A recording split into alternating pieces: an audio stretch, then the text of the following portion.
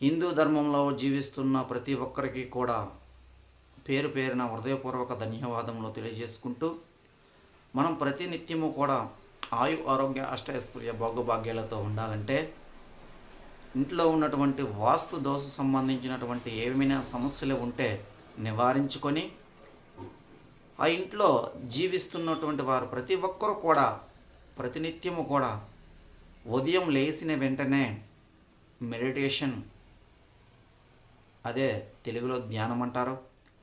ప్రతినిత్యము కూడా ధ్యానం చేయడం ద్వారా మనలోకి మనం ప్రవేశించి ఏది సత్యం ఏది అసత్యం అనే విషయాన్ని మనం సింపుల్గా అర్థం చేసుకోవడం జరుగుతుంది. కాబట్టి ప్రతి ఒక్కరూ కూడా ప్రతిరోజు కూడా కనీసం 10 నిమిషాలైనా సరే ధ్యానం చేయండి.